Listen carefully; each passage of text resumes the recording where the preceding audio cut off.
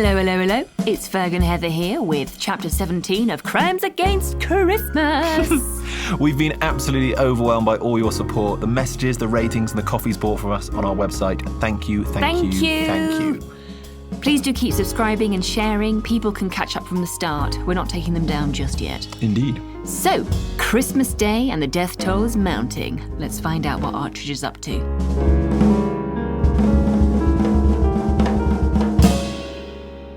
Chapter 17. More mourning.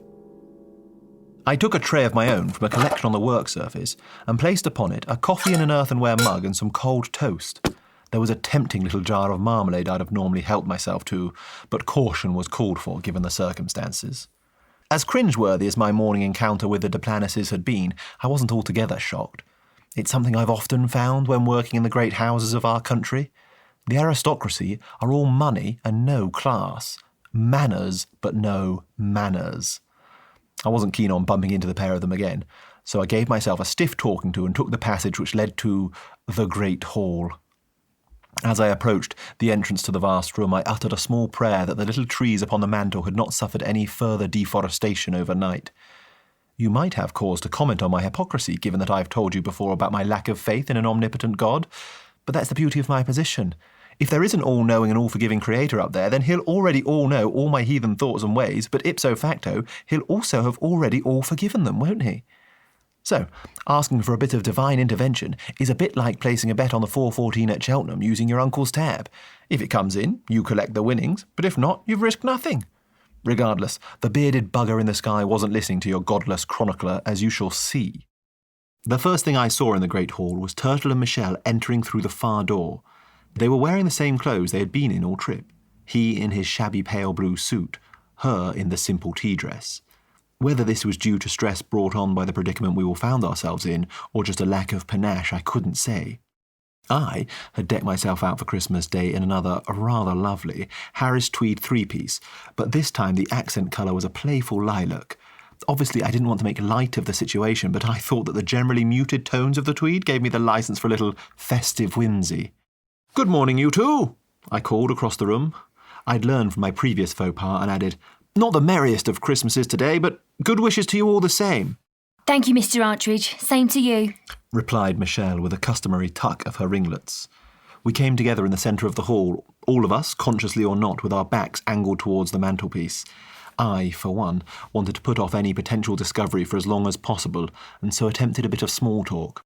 "How did you sleep?" "With my eyes closed, Mr. Artridge?" Turtle had taken the question at face value, and his face was entirely free from mockery. Michelle stepped in to provide a more sensible answer. We managed to get a few hours, thank you. You? To be perfectly honest, not well. I normally sleep like the dead. Again, my phrasing had let me down. Michelle's face registered my poor choice of words, her eyebrows quickly knitting together in a small frown. I normally sleep more deeply.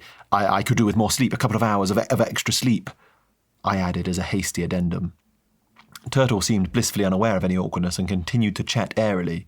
"If you're tired, why don't you just go back to bed?"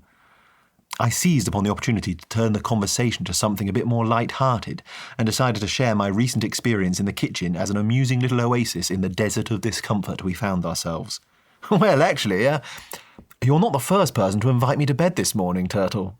"Oh, Mr. Artridge, I wasn't inviting you, each to their own and all that, but I'm with Michelle. No judgment here, though, mate. Power to you." "What? Oh, no, I see. No, I was just going to share a rather embarrassing little moment I had in the kitchen. Lady Deplanus appears to be coping with the strain in a rather amorous way." "What?" Turtle's face was blank, but his paramour understood. Her eyes had that particular shine of one about to enjoy a good gossip that I know so well from the salacious conversations down the club. I don't know how it is that housewives got the reputation for the nation's gossip-mongers-in-chief. Anyone who's spent any time with a group of London chaps at rest with a snifter or two in the club lounge will have seen the relish with which they dissect the lives and secrets of our peers. Granted, we might couch it in terms of a tip or some insider information to assist with a stock play, but really it boils down to the same thing. "He's saying she made a pass at him," Michelle explained. "Is he?" Turtle's eyes now shone too. "I think so." Michelle glanced at me for confirmation. "You are, aren't you, Mr. Artridge?" "I am." "He is." She clapped her hands together with delight. "Tell us everything, said Terry, entwining his fingers with Michelle's. It was delightful to see how the prospect of my saucy little anecdote had lit up both their faces. I planned to tell it to them in as entertaining and diverting a fashion as I could muster. It would be my little Christmas gift to them. I took a few steps back, the better to give myself room for impersonating the tipsy walk of Lady de Planus and the cowering cuckoldom of our host, but never got the chance to open the show. Michelle gasped, and Turtle buried his face into the crook of her neck. Her eyes were trained on a point above my shoulder as she spoke. Sorry to interrupt in that, Mr. Artridge, but who have you seen so far this morning? I confess I was so caught up in the preparation of my characters that I'd failed to notice the distinct shift in mood of my intended audience. I was rather irritated by the interruption, truth be told. Well, I had a brief exchange with the butler and his lordship about sending the maid for milk before Lady de Planus came in, but that's not important to the story. What happened was... So you've not seen Father Vickers or the old Duke, then? No. Oh, no, sobbed Michelle, turning her face into the top of Turtle's head. Well, I'm sure they've both calmed down since last night. The rest will have been good for them. Turtle stopped me from going on further by lifting his face, thrusting his arm outward and pointing. Just look, Mr. Artridge, at the mantelpiece! I turned slowly, knowing full well what I would see, or rather, what I wouldn't see. And true enough, Turtle's finger was extended towards a gap in the greenery which last night had been filled by a small ceramic tree. My stomach lurched. This was getting out of hand. Someone was playing a sick game with us, and I didn't like it one bit.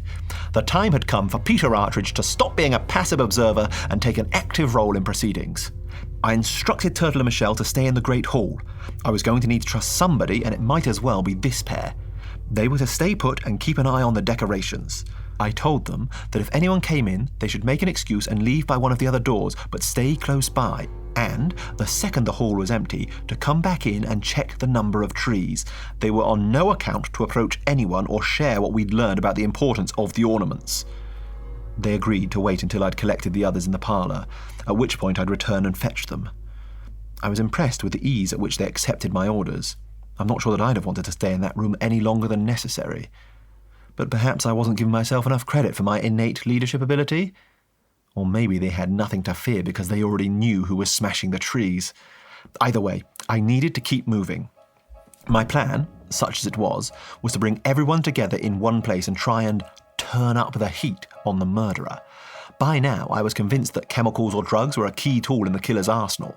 So, if I was careful with what I consumed and could keep everyone where I could see them, I was confident I could keep people safe. Of the remaining suspects, I didn't see any trying a frontal assault, particularly not if we were gathered in numbers. My first port of call was the de Planuses.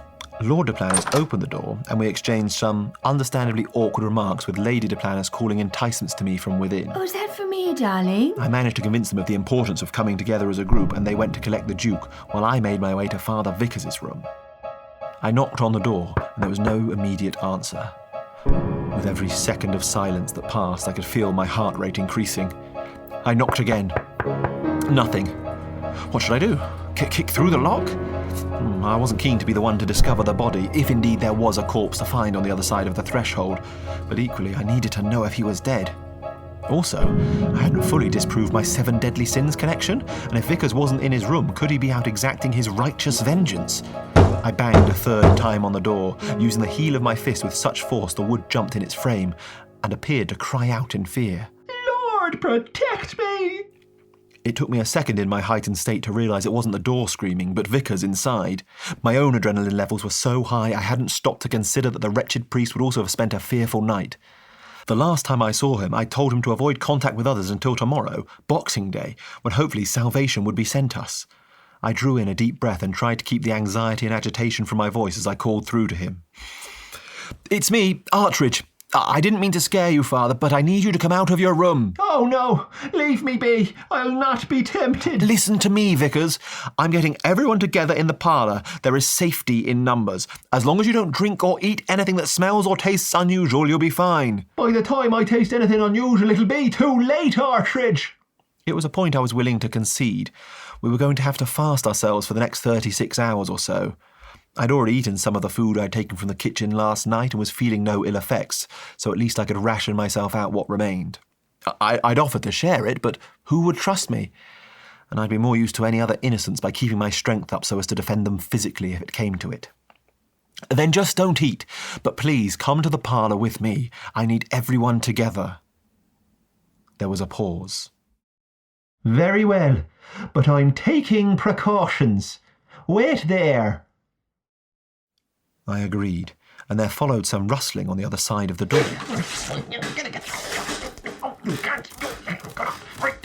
Oh, that's tighter than I thought. When it opened, it revealed Vickers looking more ridiculous than anyone I had ever seen. He was still wearing his wide-brimmed black hat, but had attached a pillow on top of it with string, and he'd used 2 belts to secure his blanket around his trunk. He looked like a soft-furnished armadillo.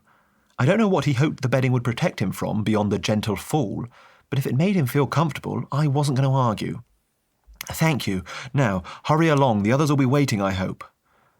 Vickers poked his head out and, with bloodshot eyes behind his round lenses which told the tale of a sleepless night, looked up and down the landing like a rodent sniffing the air after appearing from his burrow. Wait! I need 1 more minute! He slammed the door back shut. A second later, I heard an almighty crash of wood and glass inside his room. I flung the door open, fearing the murderer had somehow gained entry and done something awful, but found the priest alone, brandishing the leg of his dressing table like a club. The table itself was overturned, broken objects were scattered across the floor, and the mirror had been smashed. I clearly didn't hide my astonishment at the devastation Vickers had wrought well, so he explained the thought process which had led him to destroy his room. I prayed for a weapon, but I wasn't provided with one. But then I realised, unlike the drowning king who refused the help of a boat, a dolphin and an eagle proclaiming God would save him without seeing God had already tried 3 times, the weapon had already been provided for me. By his will. I was tempted to point out the bad luck he just brought down upon his head, but thought better of it, as the previous 2 days had surely contained all the misfortune of 7 years. I gently guided the gift-wrapped, club-wielding lunatic out of his room, just pausing to scoop up and pocket a long sliver of broken glass as I did so. If the Lord was handing out weapons, I may as well have one myself, I thought. I wasn't sure if I'd have the necessary metal to employ it if the time came, but its weight in my pocket gave me a sense of security nonetheless. We made our way gently down the stairs, collected Turtle and Michelle, who treated Father Vickers' appearance with an admirable lack of comment, and entered the parlour to discover which of us the 5th fatal fir had represented. Another fir felled, but for whom does it fall? We'll find out tomorrow. Probably. Possibly. We'll find something out, I'm sure. See you then. Bye!